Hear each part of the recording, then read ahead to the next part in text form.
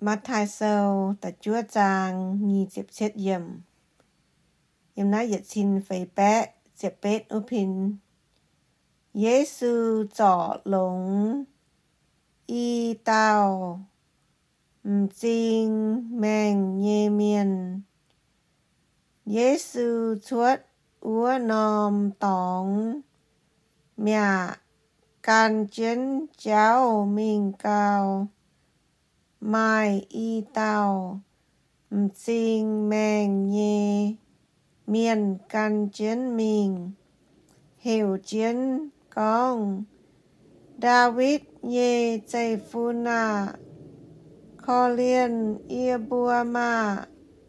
Giê-xu bịa béo mình úa tế y tao jinh mèng nhê miên tai ló nín.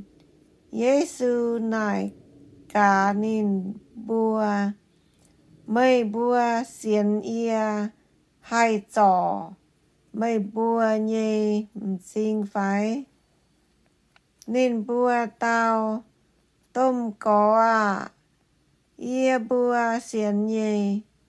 Giê-xu chiều lua nín bua nhê jinh nhà con ê mây bua xiên nhê chiều tú nín bua nhê jinh chiều hai mặng tú buat Giê-xu hạt nín bua xin màn mái tùng búa hai tao.